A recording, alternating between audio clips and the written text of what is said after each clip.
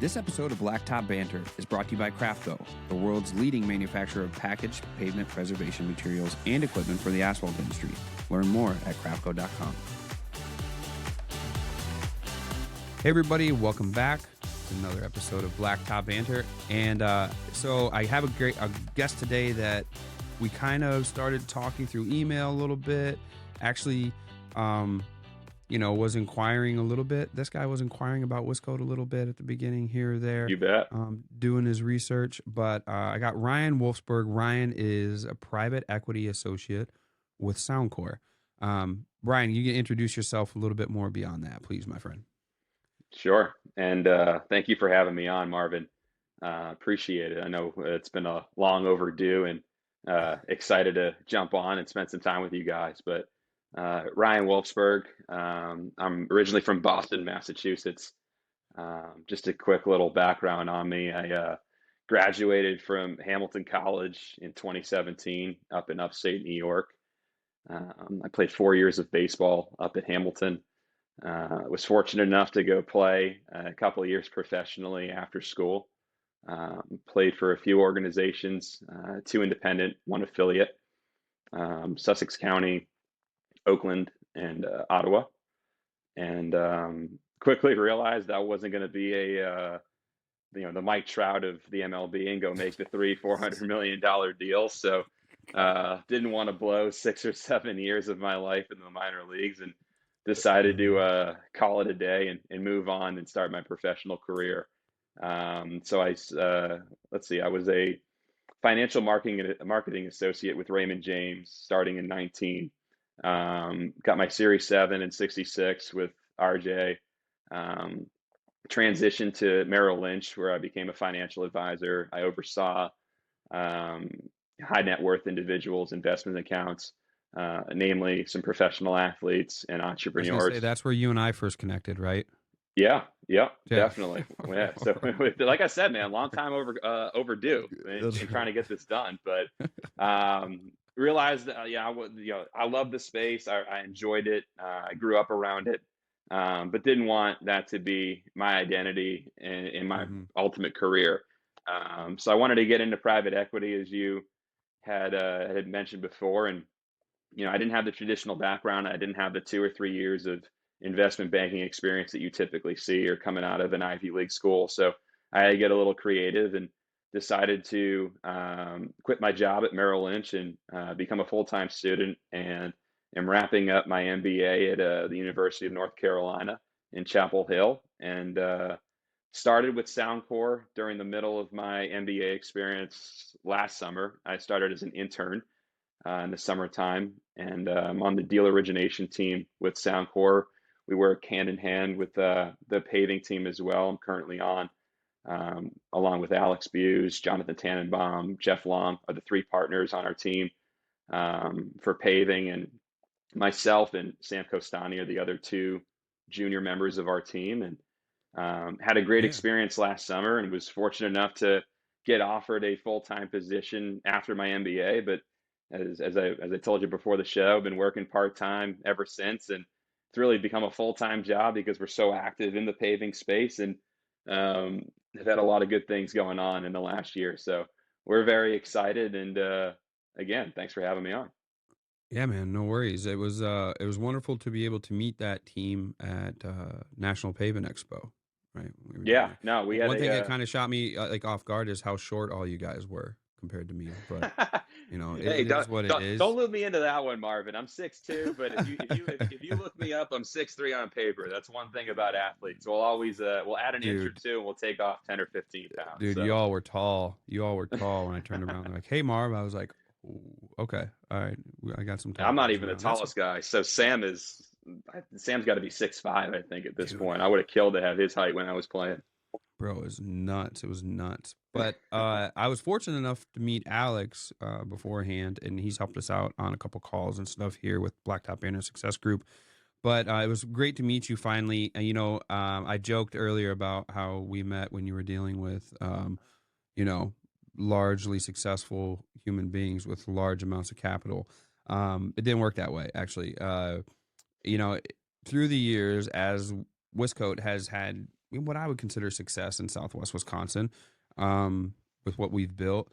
We've had a lot of inquiries of, hey, man, you know, we would be curious to see how maybe we could add your business to our portfolio, yada yada.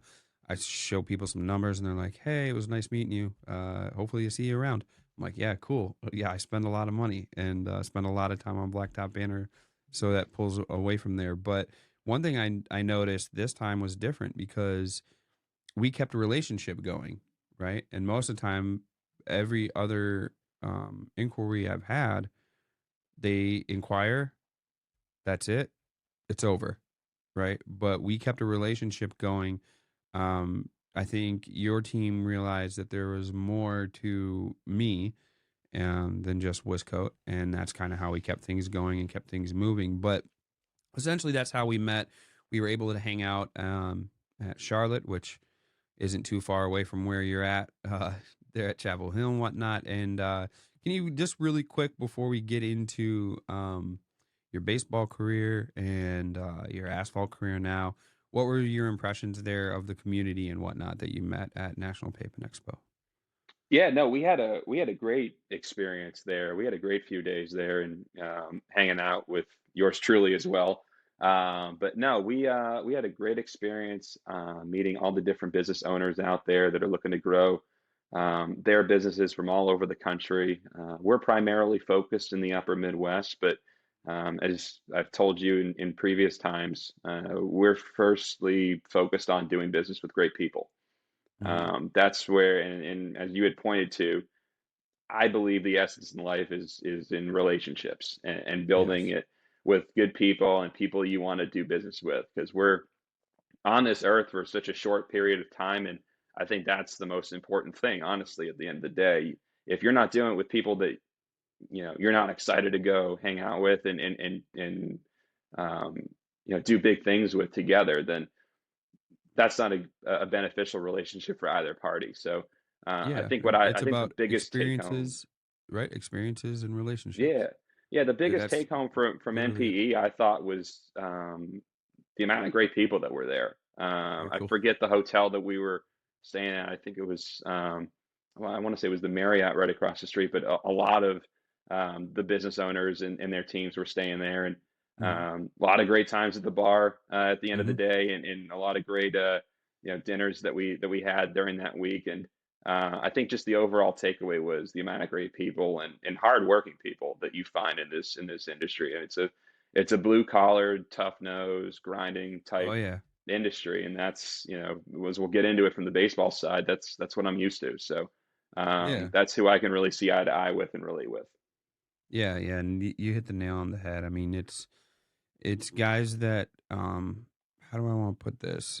You have a camaraderie with because you have went through the same stuff with. I'm sure you've dealt with that, right? With your baseball career and whatnot. We have that in our industry too. Like when you meet up with somebody and you realize that they spent hours and hours on a parking lot with it 100 degrees out and you're sweating to death, dying, putting calluses on your hands, and that's how you went from the life that you had to the life you have now. Immediately there's a connection where you're like, yep, that's a good guy right there. And in our industry, we all know the fact that if you're even at an event like an expo or a conference or anything, chances are you had to go through that to even get to that point, right? When you're some of those guys. The the crazy part is because our industry has grown so much and people realize that there is a lot of money to be made in the asphalt world, thankfully, which was great for every industry. You get a lot of people coming through in passing, right, over time, and it's just surface stuff. But when you're able to connect with people who you realize can connect with you in some way, even in parallel industries, it works out really well. I mentioned to you beforehand, we've got one of my good friends I talk to often now is Will James, who played in the NFL for 10 years. We have we have a lot of similar paths, right, in our lives. Same thing with my friend Spencer Boyd, who's in NASCAR. Dude, they have like no bearing. They're not going to drop into a bunch of asphalt guys and be like, we did it, right? But they're going to be able to relate. And when you can relate, then you can develop relationship and things tend to go a lot smoother, which is where we are. But let's kind of talk about a little bit of that background first, man, of your trajectory into professional baseball and whatnot too as well, and just kind of how that all came about, and then how, yep, you kind of mentioned how you got into the asphalt world right now in your asphalt career, but give us a little bit of that background, and then I'm going to ask you about some similarities about those things. Yeah, sure. And I could talk baseball all day. It's Dude, we got send it. opening day. We got We opening got day hours, going bro. on right now. The Sox are playing. I think they start at 2 o'clock. I don't know what that score is at, but it's a good day in the baseball world. But yeah, no, I played 4 years of baseball at Hamilton College, which is a small Division III school in upstate New York, and um, kind of how I found a Division III school was. Um, not necessarily part of the plan. I actually broke my back in my sophomore year of high school, and Dang, bro. that kind of took me away. Yeah, it was a good 9 month recovery and a hard brace, and I missed the entire um, Division I recruiting process. And by the time I had come back, all these D1 coaches were looking at me saying, "Who's this?" Yeah. And why are you not on our radar? How did we miss you? And it was kind of too little, too late. There were a Mm-hmm. couple schools, but it wasn't any schools that had fit both that academic and athletic mold Right. that I was looking to get out of my college experience. So Mm-hmm. I actually started at a small Division I school called the College of the Holy Cross in Worcester, Massachusetts. Um, Started there I think we titled it as a preferred walk-on. But our coach, who is now actually coaching in the Cleveland Indians organization, who I respect a great deal, um, he had recruited 19 freshmen. And there wasn't, needless to say, there wasn't going to really be much of a path to getting on the field, very quickly, especially as the Yeah. new kid coming in the door and trying to break in. So um, Hamilton was a school that had taken a look at me in the high school late stage recruiting process, and ultimately Coach Burns up there got in touch with me my freshman fall at Holy Cross, and I transferred up there starting the spring of my freshman year and had a great 4 years up there. It was the best 4 year experience I could have ever asked for. It was I have teammates that have been brothers like mine for life, and had just an incredible experience up there. We see each other all the time. We're always on different golf trips and whatnot, and catching up in various cities wherever anybody lives. Most of them live in New York, so I'm pretty hyped to get back up there and move there and see those guys. But um, 4 years at Hamilton, it was not a breeding ground for professional athletes by any means. Sure. Our program had been around for well over 100 years, and we'd never made the playoffs. It was almost bad news bears type Right. environment when my class had shown up. And ultimately the program ended up getting into it's having its first playoff experience last season and getting into the championship game. And yeah, I'd like to think our class and the class of 17 helped kind of turn that program and shape that program on the right direction. But played 4 years there, had a good experience. But I realized quickly after my freshman year, I didn't put up great numbers. I only hit 275 my freshman year. Mm-hmm. Um, and I kind of had a a little talk with myself at the end and just said, "Hey, listen, what do you want out of this, right? Do you want to play another 3 years of college baseball and be done, or do you really want to go for it, right? Do you really want to like sell yourself out and just go for it?" And I went with that, and I just absolutely turned on the jets when it came to preparation in the off season, finding different teams to play for in the summertime to get me seen by these professional teams, Mm-hmm. whatever it meant to get myself on the map. And what that ended up looking like at the end was I hit 400 for the next 3 years at school. I ended up breaking Ooh. the hits record, the home run record, RBI, batting average, the slugging, total bases. There's a bunch of records in there, but So how did you um, do that? I don't want to take away from it because I got a few questions already in this link.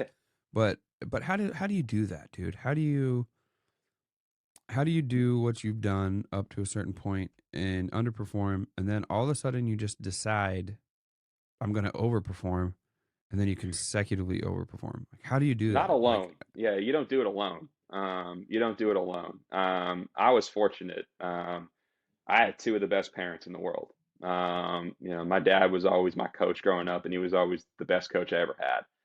mhm, He understood me better than anybody, and to mhm, this day still does. We have a pretty tough love relationship, but um, you know, I don't get there without him. And then my mother's the yeah, same way. She always had driven me to every practice and every um, you know, rehab session for, get my body right to make sure I was ready to play. mhm, And then honestly, it's cliche, but it's true. My teammates, my classmates in particular at Hamilton were a huge reason. So anytime I had a Did pretty the atmosphere abnormal, change, Ryan? Did the atmosphere change to where all of a sudden you it's guys started to all want to perform? So you are all doing things to perform at a higher level? Is that I what think did you that, got you think? inspired. I think everybody kind of inspired each other. I don't think Okay. it wasn't just me. Right. It was everybody collectively. I think what was really important, Marvin. I didn't have like your traditional college experience because I had to try and get to the professional level. I had to try and put myself on a D1 schedule in the off Mm-hmm. season outside of playing to try and catch Correct. up to those guys, right? Right. And I was fortunate because my teammates in my class. Um, all of which love the grind, right? Yep. Those were guys that would be in the cages with me until midnight on a Saturday, right? We would Right. be, in the weight room lifting at 9 o'clock on a Friday, right? We weren't going out and partying left and right. We were pretty focused as a group, and doing it would have been really hard to do it by yourself, right? That's not Right. something you can't do alone. So, I really attribute a lot of it to those people, and you also have to have great coaches along the way. I mean, I mentioned my head coach before. He gave me an opportunity to play, but we had an assistant coach as well, Coach Lamborn. I'll never forget. Um, he would do whatever it took to make sure that I was in the best possible position for me to succeed. I'll give Mm-hmm. you an example. My junior and senior year, when playing professionally started to really become a likelihood. The facilities are different now at Hamilton. We have some of the best facilities in our conference, but Mm-hmm. at the time, like our batting cage was in this dimly lit, um, you know, tough, like kind of beat up back room, if you will. And it wasn't really a spot to kind of get ready for a game by any means. I mean, Right.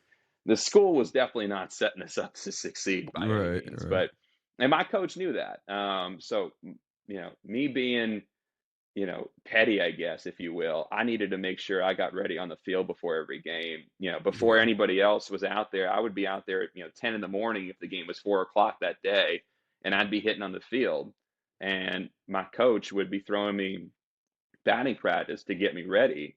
But then I would have classes right afterwards, and he would be the type because the rule number one, I don't know if you ever played baseball growing up, you never make your coaches go pick up the balls, right? You pick up the balls. Right. If Yeah. they're throwing, you're gonna go pick them up.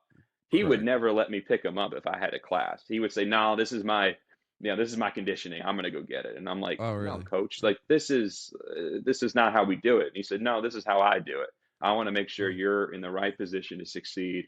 And, I don't have the career I have. I don't have the relationships I have if it's not for people like Coach Lamborn and really setting the example and, having my back through it all. So I had great coaches at Hamilton. I had great teammates at Hamilton, and my support system away from the field was huge. So, I cool. credit all the people that, don't have access to that end up making it and making it way farther than I ever did because I don't know how they do it, honestly, because I had Yeah. it tough as is, and I had it easier than pretty much so many other people. So, Yeah. We, but we we talk about that sometimes. I mean, it comes down to eventually, um, you know, the people who can do and go farther with less. Sometimes it comes down to just on things that are anomalies, right? Where whether yeah, it's pure physical talent or whether they have some kind of deep inside passion that has lit a fire that nobody is going to be able to extinguish, right? Or do whatever. Or they just have different physical traits that allow them to go longer faster, harder than anybody else. But yeah, I mean, that's what it comes down to. But here's the other thing: for you to be doing what you do at Hamilton, that's still a select few of guys that play collegiate MLB baseball, and then ones who go on to have a professional career, even in the minors or whatever, where literally it was hard work, determination, practice, repetition, over and over, all the things that make successful businesses, right, and successful entrepreneurs and successful anybody who is above a tier, above average.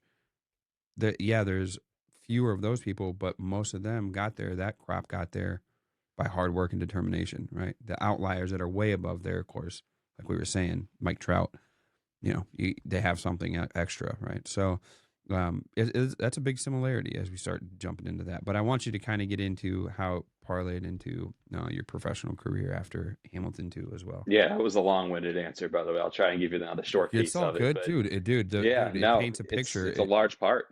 Yeah, yeah. Yeah, it Yeah, was a large part of my life for almost 20 years, honestly. And can I ask you before you jump there? I don't want to cut you yeah, off again, but I want to know about no, your back injury. Your back injury. How did that yeah. happen? Can I ask you about that? Yeah, overuse. I was 15 years old, and kind of, so I guess you could say I had that mentality at an early age, wanted to go prove people wrong, I guess. Yeah. It was an overuse injury at a Okay. time where I was still growing, and I would be in the cages 3 or 4 times a week. I would be lifting 3 or 4 times a week, and all that rotational, stress you put on your back at that age when you're not fully grown yet, Mm-hmm. puts so much stress on it. And I ended up getting an L5 fracture in my lower back, and Dang, bro. I laid out for a ball to catch in like the second spring practice we had at high school, and I felt my back crack right then and there, and Dang, I didn't know what to expect because I could barely get off the field. I bro. limped over to the car, and it was 9 months of honestly pure hell at that point. Yeah.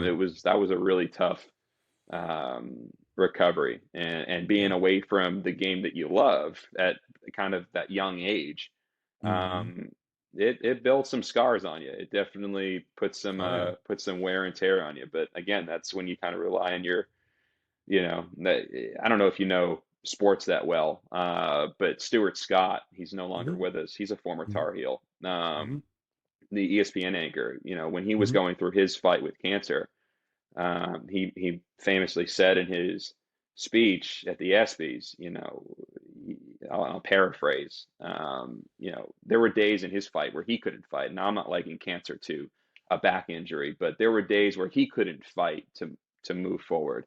But Mm-hmm. he had his support system around him that could fight for him, and there were Yeah. plenty of those days. And I think when you're trying to do something really special, and you're trying to dream big, and you're going after it, you're going to need that group of support around you, to help bring you up. And you got to, you have that close knit of people there to help bring you along the way. But Yeah. He said, um, "Come on up here, Daddy needs a hug." yeah, Right. Yeah. I mean, he yeah, had his daughter come up and give him a hug because that's what he was yeah, talking about was his support system and what it's there. But yeah, man, the parallels between that, right, overcoming adversity to it actually you go harder, I think, afterwards, right? I mean, it makes you be like, okay, I'm going to be more careful, more tactful, but yeah. now I have something to prove, right? And it's And like, you all learn right, more too. You pick up on mm-hmm, knowledge, and you learn more from the people around you. And I think that's mm-hmm, really important when you're in anything in life. It's not just baseball, mm-hmm. any type of business, whether it's asphalt or anything. I think when you can learn, from the people around you and really understand and internalize what's being said, that's when you really increase your repertoire, and you really become, something lethal at that point where you can Yeah. really go attack your dreams. Speaking about that repertoire, what was it like then transitioning from Hamilton to getting into these minor leagues and starting to play different levels of ball?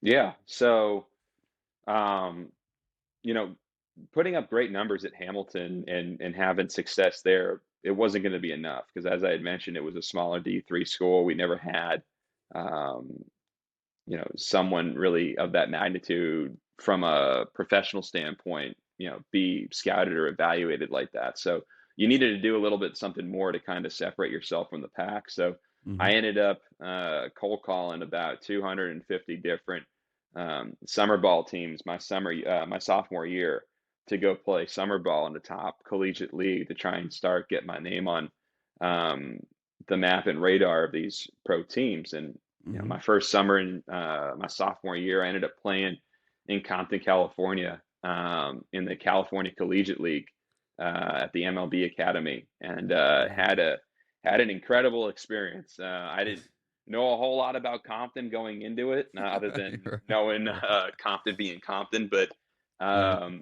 I had an incredible experience, man. So much so I ended up going there right after I graduated from Hamilton to go prepare for professional baseball, and I stay in touch with those guys to this day. I think they taught me a lot. I think more about life than about baseball, honestly, and what it takes to really grind and succeed in a pretty tough environment. So I had an incredible Yeah. experience out in Compton, and was able to parlay that into playing in the Cape Cod League the following summer, which is known as the top collegiate summer league. Um, and then also the NECBL as well, the New England Collegiate Baseball League, which is deemed as the #2 league right underneath the Cape. And being a Yeah. Boston kid, playing the I was Cape gonna was a say dream that's up come by true. home. Mm-hmm. Yeah, it's up by home. I went to the camps growing up when I was younger. I always had dreams of playing and putting on that uniform, but I didn't play very well when I got there. I think I went like 1 for 8 or something, and I struck out in like half the at bats I was there. But to say I did it, and it was actually important, Marvin, because when I was there for the few weeks I was there, I saw nothing but 95 to triple digits on the mound. Wow. And when I went back to the NECBL, I would see routinely 90 to 95. So now Right. that baseball looked like a beach ball, I was gonna and say. I went on a run. I think you could debate that I was the top offensive player coming out of that league that summer, and that's what really ended up putting me on the map. I was a starter in the All-Star game. I was the first team All League. I had a really good experience with New Bedford, and again, plenty of great paving companies for our listeners on there. Shout out to New Bedford. Yeah. It's a blue They're collar packed town in in tight up there, Massachusetts. bro. Oh yeah, absolutely, Dude, they're absolutely, packed in tight. absolutely. The Portuguese clan down there. Yep. They're the big Portuguese population down in New Bedford, and they had a great Portuguese fest at the end of every season. So Oh we had a dang, great I bet time that was down there. killer. I was But gonna say, dude, I bet that we had was a killer. blast. We looked forward to that. But eventually, we'll fast forward to now. Between that experience in summer ball and in college, that translated to ultimately getting into professional baseball, and having stints with Sussex County and Oakland in the 2018 spring training, and Ottawa for a game up above the border. But Mm-hmm. at that time, I played in Ottawa for one game, and I uh, I was off for probably 4 months prior when I had gotten cut from spring training, and I was trying to find a job and trying to get another opportunity in pro ball.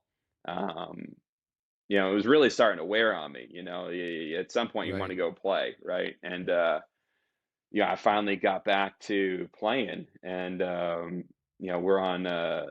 we're taking batting practice, and you think you're getting excited. You're 2 hours away from game one, and you're finally back, and I'm talking with my teammates and whatnot, and one of my teammates tells me, and I want to make sure I get this right, that what was it? That Michigan is in Detroit and Pennsylvania is in Philadelphia. And I'm saying to myself, this isn't making sense. I don't know if this is for me anymore. I got to I got to bounce. And I think I struck out twice in that game that night because my head was half in it and half out. And I just signed up here. I drove all the way up here. Now I'm going to drive home, and I don't know Right. what I'm going to do next for the next chapter. But I knew I was kind of done with baseball at that point. And Mm. it was a great experience. But Yeah. Well, I mean, that's what we talk about a lot, dude. Is like I always love the origin stories because it paints a picture of why people are the way they are, why their character traits are the way they are, what makes them unique, and then what makes them good at what they do now. right? Or bad at what they do now. Like sometimes Sure. that's the realization too as well. But yeah, it's always good to get that. It's always good to have that origin story and to do.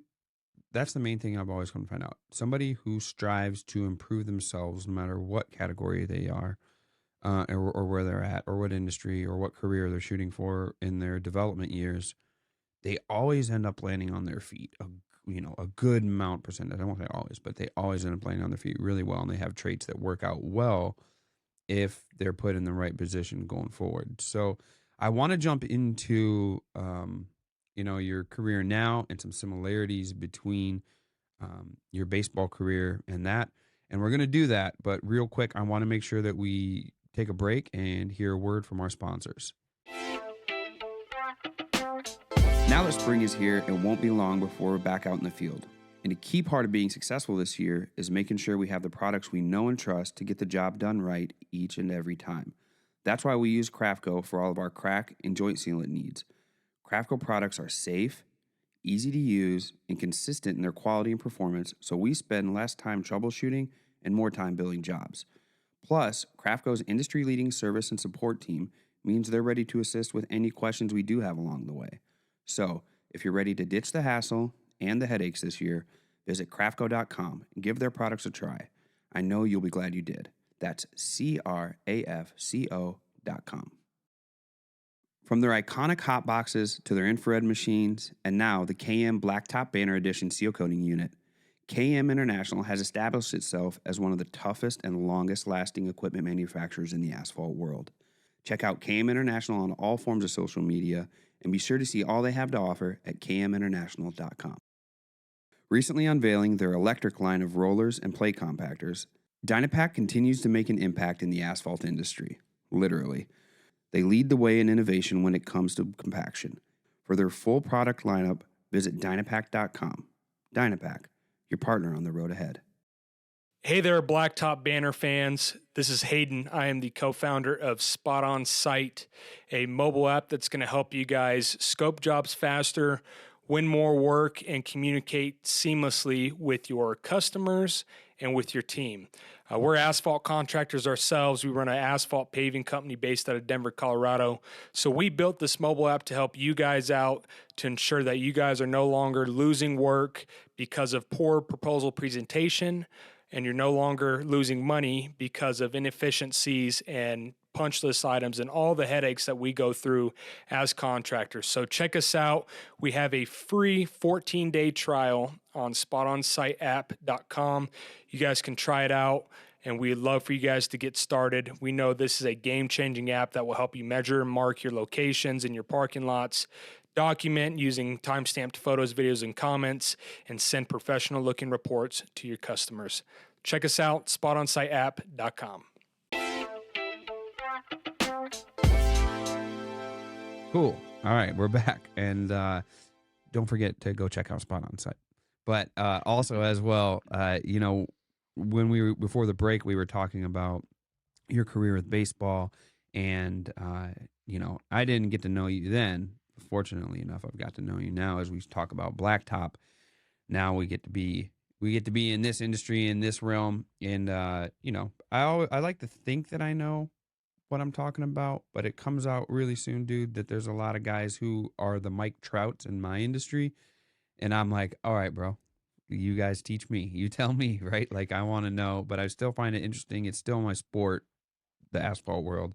So I love every aspect of it. And I love hearing those stories and those types of things. But you've had a good amount of time here now, and got to know people right within the industry and these business owners and those types of things. But what did you learn, you think, so far in your baseball career that has helped you out and translated into the asphalt world? Yeah, it's a good question. You got to be tough. You got to be tough. You got to be able to handle adversity. And when it's thrown your way, you got to be resilient. And I think that's how character is built, honestly. I Mm-hmm. think, and that doesn't matter if you're 30 years in the industry at 50 years old or my age at 28. There's going to be plenty of times where you're knocked down and you got to get back up. You might get knocked out or knocked down. You just can't get knocked out.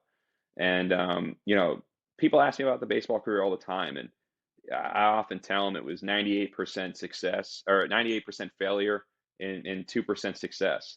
Mm-hmm. And the 2% success is the jersey behind me and the first game check hung up over there. And to get to that point, it was a lot of failure.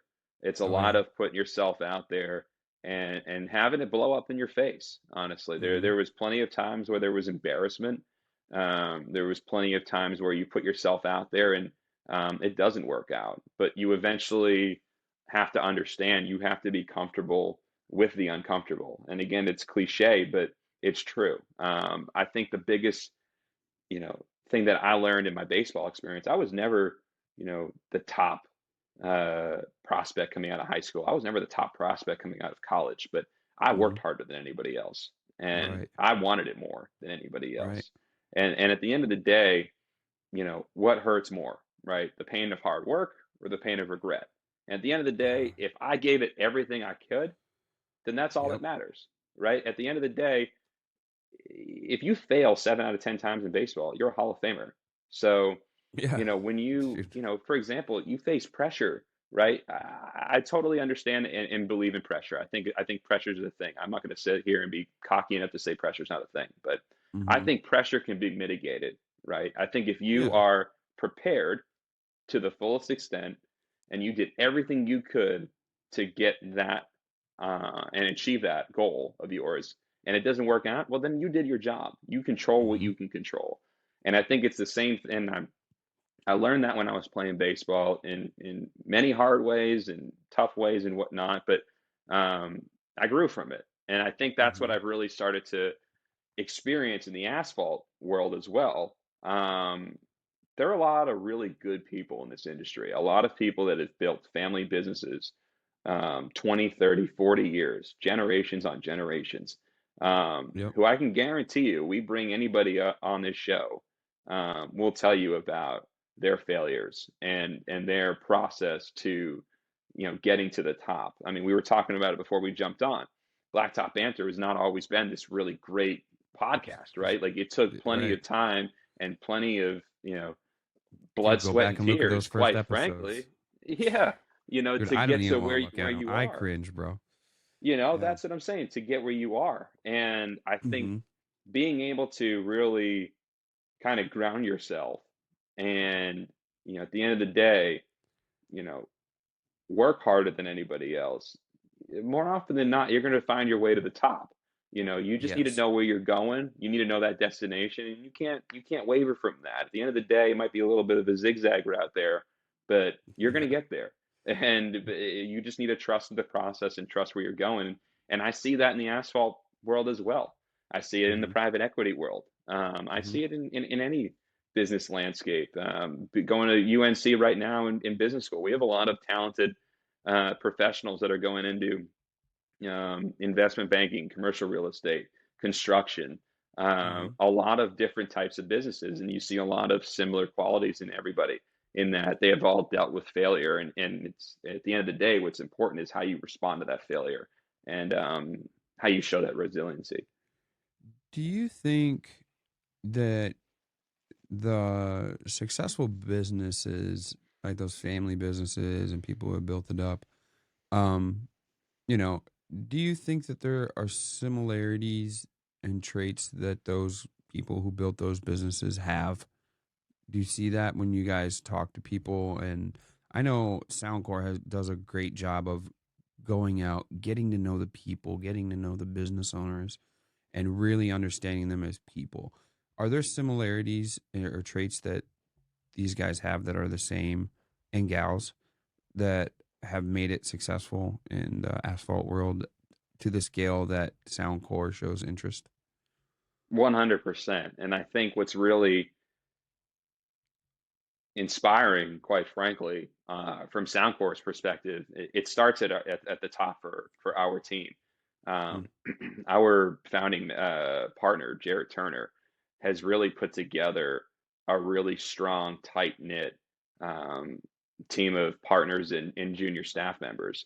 Our partners, Alex. Mm-hmm. Alex is a huge reason why I signed back on with Alex or with Mm-hmm. Soundcore. Mm-hmm. Um, Alex is more than a boss to me. Alex is a friend, a mentor. He wears a lot of different hats, and I know a lot of people in the private equity world that, quite frankly, hate their boss. Right. I love my Right. boss, and I love the partners that we have at the firm, and what the partners have done in building on our junior team. We're Chris all is very pointing to bright. himself, Ryan. Chris is pointing to himself when you said that because I'm his boss. He was pointing to Yeah, himself over there. So, yeah. yep. It's important. He'll be A here. lot He'll of the be here junior all guys. night on overtime, just in case anybody wants to stop by and see him. Hey man, like I said, you're always welcome at the next Soundcore event by any means. You always have a standing invite. Chris, you do too in the back. But There, see, um, now you got pity it's invite. Take important, it, Chris. man. It's it's important. You see it everywhere, and I pointed to it in the beginning of the podcast. We want to do business with great people, and I Yeah. think that is really transparent within our office and with every business that we've done business with. Mm-hmm. We've done business now in commercial paving. We've partnered with two companies, ACI and ACS, both in Mm-hmm. the Minnesota region, and Mm-hmm. I want to Good highlight friends. one in particular. Yeah, Jim Mm-hmm. Bebo with ACI. Good, Jim has been good friend of mine. Yeah. incredible. Yeah, Jim's incredible. Jim is a Swiss Army knife for us. He wears a lot of different hats and offers a lot of different levels of expertise. Yeah. And Jim's a great person. And you were hanging out with Jim as well when we were at MPE. And I don't think we would be the team that we are without Jim. I think Yeah. everybody relies heavily upon each other, and Dude, that's he's the Swiss important. Army knife. He's the one that has the toothpick on one side and then the little baby tweezers on one side. And then when you flip it over, it's got the spork, right? Like Exactly. dude, like literally through the conversations him and I have had, dude, there is not anything he hasn't done, seen, and dealt with over the years, dude. So when Well, you he's a big bring him hunter. I'm trying in, to get him to get me on the hunting he's range a at this point. huge hunter.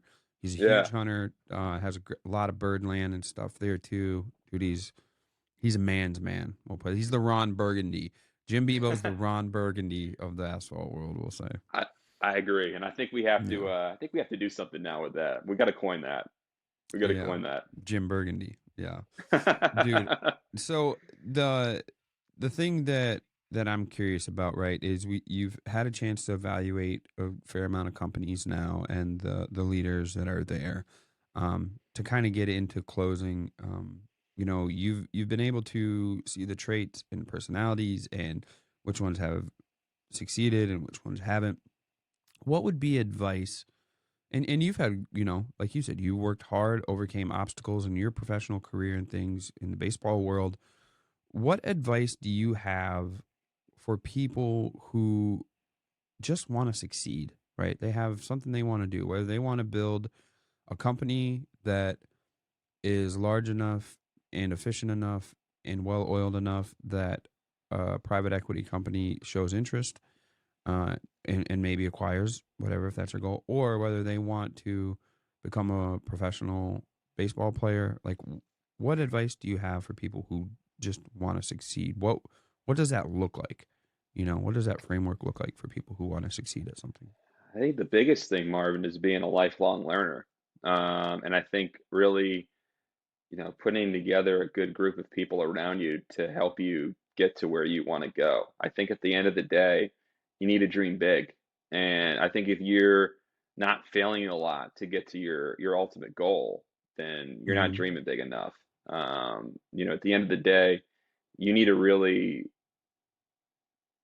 humble yourself to the point Yeah. where you go for it in life, right? And I think being a lifelong learner, no matter where you're at in your career, I think is really important. And having said that, having the resiliency to um, overcome anything that's thrown your way. At the end of the day, it's not going to be a smooth sail. It's life is not easy in more Mm-hmm. ways than one. Not just business, not just baseball, your personal life, everything Mm-hmm. that comes your way.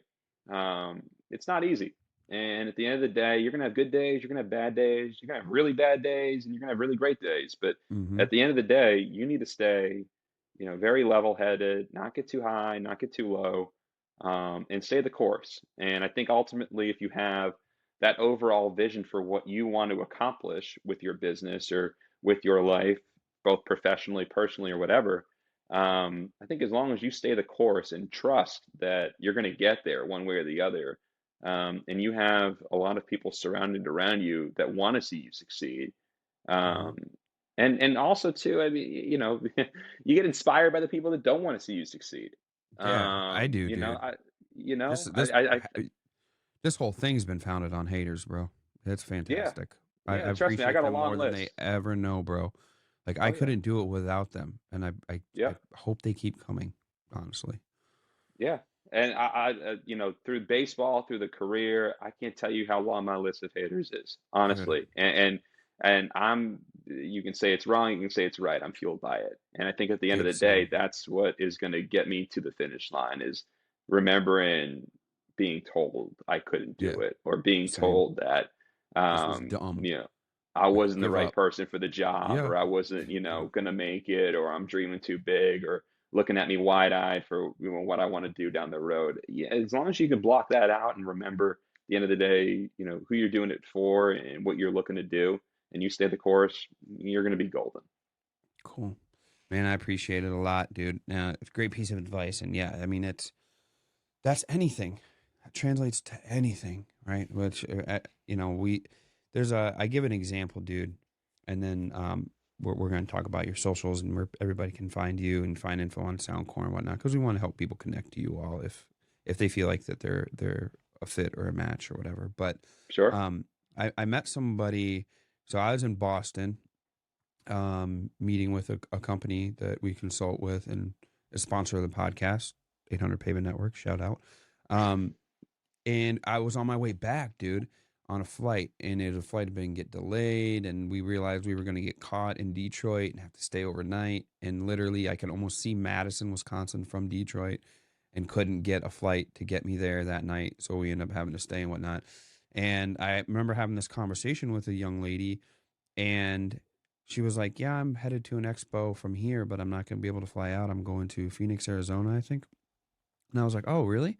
She's like, "Yeah." I'm like, "Well, what expo?" She said, "The balloon making sculpture professionalists expo." And I'm like, "They literally have an expo for everything."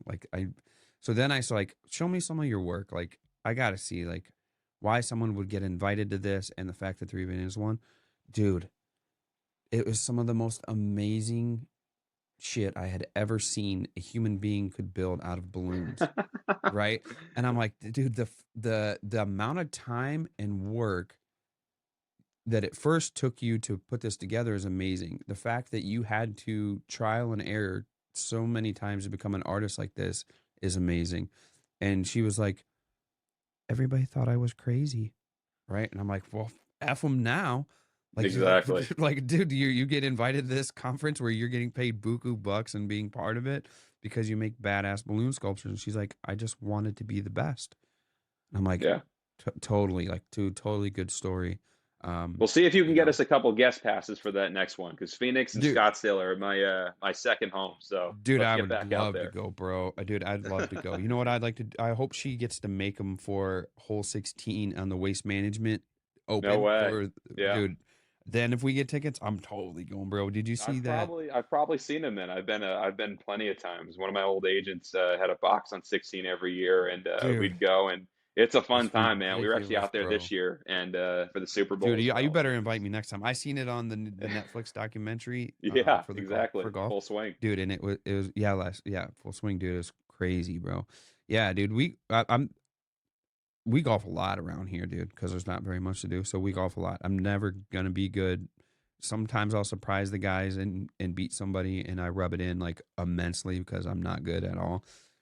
On their worst day and on my best day, I can beat them, and I make sure they never forget it. I But love it. but totally, dude. Like, there's totally all these different ways that people can be successful if they want to Yeah. be, and they apply what you just said and that piece of advice to it. Where can people connect with you, Ryan, if they want to? Whether they're an asphalt company that we do a good job. Soundcore does a good job interacting with companies that aren't quite where they would be acquired by a capital holding company or anything like that, but they do a good job of educating these companies on what it takes to get there, right? And some of these guys, that's their goal.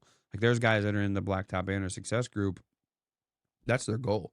Like they're asking questions like, "Hey, I want to get big enough to where I'm Jim Bebo," right? And it's like, dude, totally cool. So, how can people connect, and then how can people find information out about Soundcore? Yeah, sure. So you can learn more about Soundcore at soundcorecap, CAP, Mm-hmm. .com. Mm-hmm. You can also check us out on LinkedIn. We have a great LinkedIn page where we Yeah. keep up to date on the different deals that we're working on and the different industries that we're plugged into, but also different social events that we're doing in the office as well. Because you need to have a personal life outside the office too, and you don't just grow a For real. relationship in the office and in the trenches. You got to have some fun Hey, me along and the Chris way. did. That's Absolutely, right. absolutely. So No, yeah, for you got real. to do That's true. that, and you know, we've done football games, we've done, and most recently a mini golf outing. You know, you got to have fun along the way. So check us out on Cool. LinkedIn at Soundcore Capital Partners, and then me personally, feel free to send me an email, rwolfsberg at soundcorecap.com. And if you want to connect more on a personal level, you can find me on Instagram, just Ryan Wolfsberg, and would love to connect. I've met a lot of great people in the industry already, all over the upper Midwest, and Marvin, you included. So we'd love Yeah, to absolutely. meet some more people in the industry, and I think we're doing some great things with Soundcore and what we're doing on a commercial paving platform. And you know, we're looking to work with some great business owners out there, and looking forward to speaking with new ones. Yeah, some of our friends, friends of the podcast, right?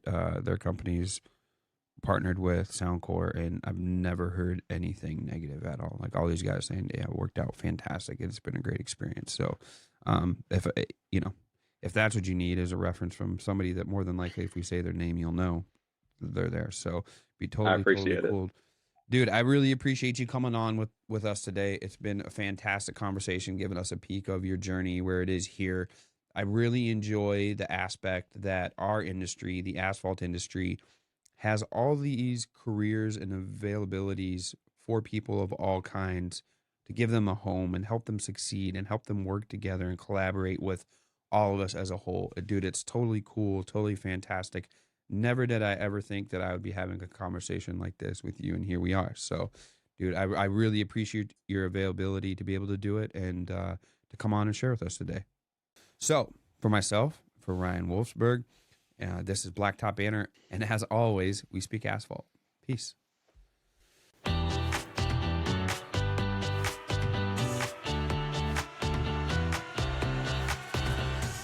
We've had our 800 network phone number on the side of our trucks and equipment for a while now.